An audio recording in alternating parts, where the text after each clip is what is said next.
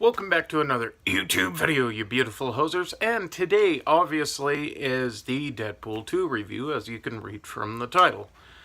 I watched this on Monday, so hopefully I waited a little bit longer than most people for the reviews, because a lot of people just jumped on it on day one, so I wanted to wait a couple of days.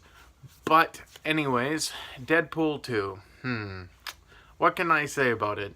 It's not as funny as the first one, but there is more jokes in it. As far as setups for this one, it does a really great job at setting up the next up-and-coming film. I'm not going to say what that is, because if you haven't watched the movie, I'm not going to spoil it for you, but I do suggest you stay for the end of the credits. There's no supreme end credit scene, but there is an audio cue that you should probably actually listen to because it's quite interesting. But anyways, the other thing is the acting in this felt a little more grittier than in the first one. And they actually utilized some characters that actually weren't that greatly utilized in the first one, such as Colossus. I mean, we did have that one Colossus fight scene in the first one, but the second one actually made Colossus seem more like he's involved than anything else. And they actually throw in a few comic book references here and there. But as far as the fourth wall breaking goes, it's nice to actually see Deadpool's not trying too hard this time around to break the fourth wall. But it does come naturally. Now, some of the funniest things are actually little Easter eggs in the film that you actually have to pick out. I'll get into that in the spoiler section, but overall, it's a funny film. It's got really good action. If you're wanting to talk about the CGI and the clothing errors that they've made in the film, it's a little hit and miss on that aspect. But overall, it's just a great action comedy. Now, those two don't really go together very well, like the first one, action comedy and romance. Not sure what you would call that, a rom-com-X? I don't know. But overall, this still is not a kids' film. If you plan on taking your kids to this, I strongly suggest you don't, unless you're already aware that Deadpool drops F-bombs and A-bombs and a bunch of other bombs that aren't exactly intended for children. But that's just me saying that, so I'm just a guy on the internet. But anyways, that's the spoiler-free part. And now what I'll rate this is actually a 9.2.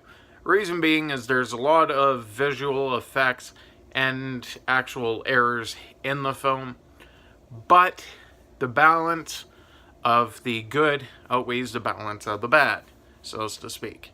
But anyways, now I'm going to jump into the spoilers, so now you have it. But anyways, in the spoiler section, the audio cue at the very end is actually a reference to Juggernaut. Now, Colossus actually breaks the fourth wall and foreshadows the next film. However, the next film probably will be X-Force and not Deadpool 3. So, that being said, Colossus actually references Juggernaut coming back because, obviously, you ain't gonna kill the Juggernaut that easily just by trying to fry him. But, overall, with Colossus's character, they actually did a lot more with him and made him actually seem like his entire Juggernaut fight scene was something that's kind of similar to the comics, but not 100%.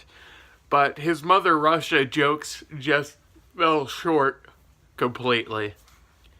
Because that's his character is not exactly all that funny, but it is funny to watch him fail at using a Mother Russia reference. Actually, it's hilarious. But, that being said, if you've watched most of the trailers there's a lot of words that have been switched. So some of them actually become funnier. Just like the one where Deadpool's in the, I think it was the bus. Yeah, it would have been the bus. And he slices the bullet. And then he starts going on a rampage trying to deflect them all and cut them all. And instead of saying, "Oh, your bullets, they're really fast," he just says, "Ow." Like, yeah, that's not something you were expecting. You were expecting the other because it's funny. And then he says this, and somehow it makes it funnier.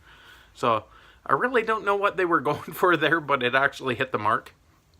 Another cool little Easter egg was actually Deadpool when he goes back to the blind lady's house. And he's grabbing his gun. There's actually, under a bag of cocaine, a thing that says "cure for blindness."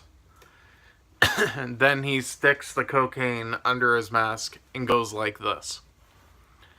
Now, it was kind of weird to see the white go onto the red suit, but overall, it's his character. They probably had him use flour, but whatever comedic effect was there. And a few other interesting things about the end credit scenes. Those were actually pretty funny. And the one that my mom didn't understand, obviously, was the Green Lantern one. Why you shot him for looking at the Green Lantern script and saying, "Welcome to the big leagues, buddy." That, they confirmed everything that happened there was canon. But he was against one of the scenes, apparently, which was the bringing back of his girlfriend. So then they went from that to saving the X-Force. Now, the only member you actually see saved is Peter, which is kind of strange. But they did add in a cameo of Brad Pitt, which was actually pretty hilarious because he was the Vanisher. Only time you see him in the film is when he's getting electrocuted. Now, as far as them wasting the X-Force, it didn't really exactly waste them. But if the end credit scene is at face value, we'll be seeing them in the next movie. Because half of those characters are badass, but they didn't actually get anything in the film that was critical. But anyways, that's just my review. I gave it a 9.2. And I probably wasted a lot of time because I'm really tired. So forgive me for stopping and pausing and stopping and pausing. But anyways, I hope you're having a fantastic 2018. And if you're not, I hope it gets better for you sooner rather than later. Peace out, and I will see you all in the next video. Or stream, you know.